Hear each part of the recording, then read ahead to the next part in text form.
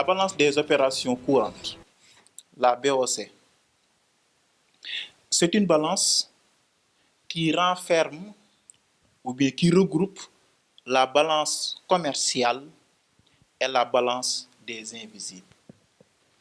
BC plus BI. Alors, BC, la balance commerciale.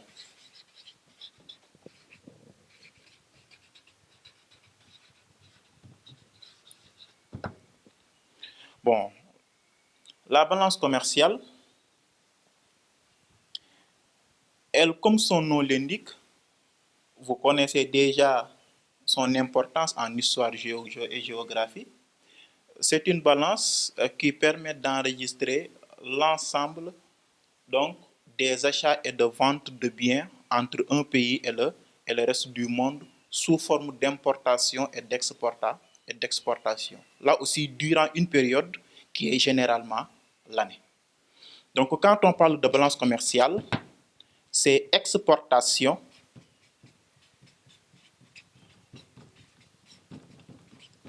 et importation.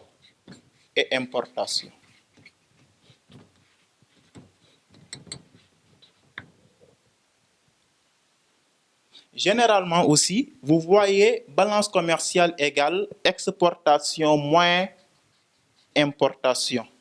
Il faut aussi comprendre cette formule-là. Pourquoi balance commerciale égale exportation moins importation?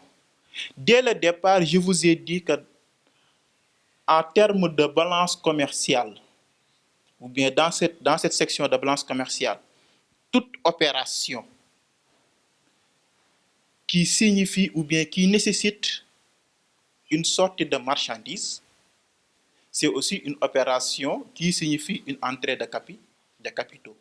Ça veut dire que lorsque le pays vend de la marchandise, certes on note une sortie de marchandise, mais en contrepartie il y a une entrée d'argent. Et toute opération qui se matérialise par une entrée d'argent est enregistrée avec un signe plus. Toute opération en économie qui se matérialise avec une entrée d'argent est enregistrée avec un signe plus. Raison pour laquelle lorsqu'on exporte, il y a une sortie de marchandises, mais en contrepartie, il y a une entrée d'argent. Raison pour laquelle les exportations sont enregistrées avec un signe plus. Par contre, lorsqu'on importe de la marchandise, on fait entrer de la marchandise, mais en contrepartie, il y a une sortie d'argent parce que cette marchandise-là a été achetée. Donc, les importations sont enregistrées avec un signe moins, raison pour laquelle vous avez moins M. Mais on sait que plus devant un signe comme ça n'a pas beaucoup de signification, raison pour laquelle ce plus-là n'est pas considéré. Parce que écrire plus X, ça veut dire X, ou bien X, ça veut dire plus X. Alors, du coup, on se retrouve avec X moins M qui est égal à la balance commerciale. Donc, voilà l'origine de la formule. Alors, X, pourquoi? Pourtant, ici, on a E, parce que généralement, en économie, quand on met la lettre E, ça signifie épargne. Donc, la lettre E signifie épargne ou S parfois. Donc, pour dire épargne. Et en économie aussi, quand on met I veut dire investissement. Donc, pour ne pas créer de nuance entre l'épargne et l'investissement, on a pris la lettre qui vient après E, X, exportation, et la lettre qui vient après I, M, importation. Donc, balance commerciale égale X moins M. Là aussi, j'attire votre attention, chers élèves. Dans la balance commerciale, parfois, on vous donne un tableau et on vous dit, par exemple, X égale 100, M moins 170.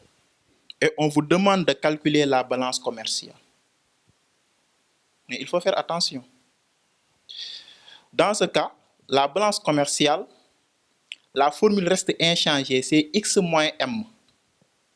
Si vous passez à l'application numérique, vous remplacez X par sa valeur, ça fait 100. moins, on prend M. Alors ici, il ne faut pas faire l'erreur de prendre moins 170. Parce que si vous prenez moins 170, c'est ça que vous allez obtenir. 100 moins, entre parenthèses, moins 170. Si je développe, j'aurai 100 plus 170. Finalement, j'aurai X plus M. Or, X plus M n'est pas égal à la balance commerciale.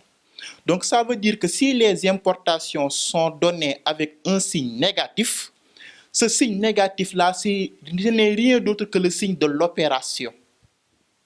Donc, on considère le signe négatif qu'une seule fois. De ce fait, on n'a pas le droit de comptabiliser le moins 2 fois. Alors, on aura 100 comme exportation, moins, parce que c'est le moins de l'opération, 160, 170.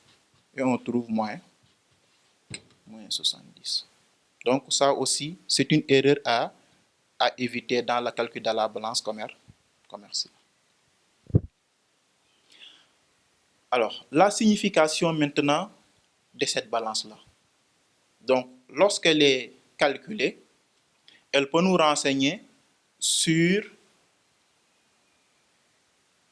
le besoin donc, de marchandises ou bien donc, le besoin exprimé en termes de marchandises par un pays ou bien l'excès de marchandises qu'un pays peut vendre sur le marché international. La balance commerciale, lorsqu'elle est positive, ça veut dire que le pays exporte plus de marchandises qu'il en importe. Et lorsque le pays exporte plus de marchandises qu'il en importe, on peut dire que ce pays-là a une production intérieure suffisante qui lui permet de couvrir sa demande intérieure. Parce que comme le disent les Wolofs, donc quand les exportations sont supérieures aux importations, alors on peut dire que ce pays-là, d'accord, a une production qui est capable de couvrir sa demande intérieure. Par contre, si la balance commerciale est négative, donc balance commerciale positive, donc on a une production intérieure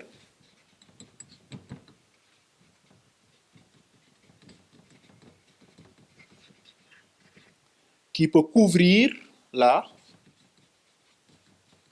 demande, ou bien une production qui peut couvrir la demande intérieure. Par contre, lorsque la balance commerciale est négative, donc on dit que la balance commerciale est déficitaire. Si la balance commerciale est déficitaire, ça veut dire que cette production-là sera insuffisante pour satisfaire la demande intérieure. Pourquoi? Parce que le pays importe plus de marchandises qu'il en exporte. Donc voilà généralement les interprétations qu'il faut donner à la balance commerciale dans un exercice. Après calcul, parfois on peut vous demander d'interpréter la balance commerciale. Si la balance commerciale est positive, alors vous allez dire que le pays exporte plus de marchandises qu'il en importe. Ça veut dire que sa production est suffisante pour couvrir sa demande intérieure. Par contre, lorsque la balance commerciale est négative, c'est-à-dire déficitaire, alors le pays importe plus de marchandises qu'il en exporte. Ça veut dire que sa production est insuffisante pour couvrir sa demande intérieure.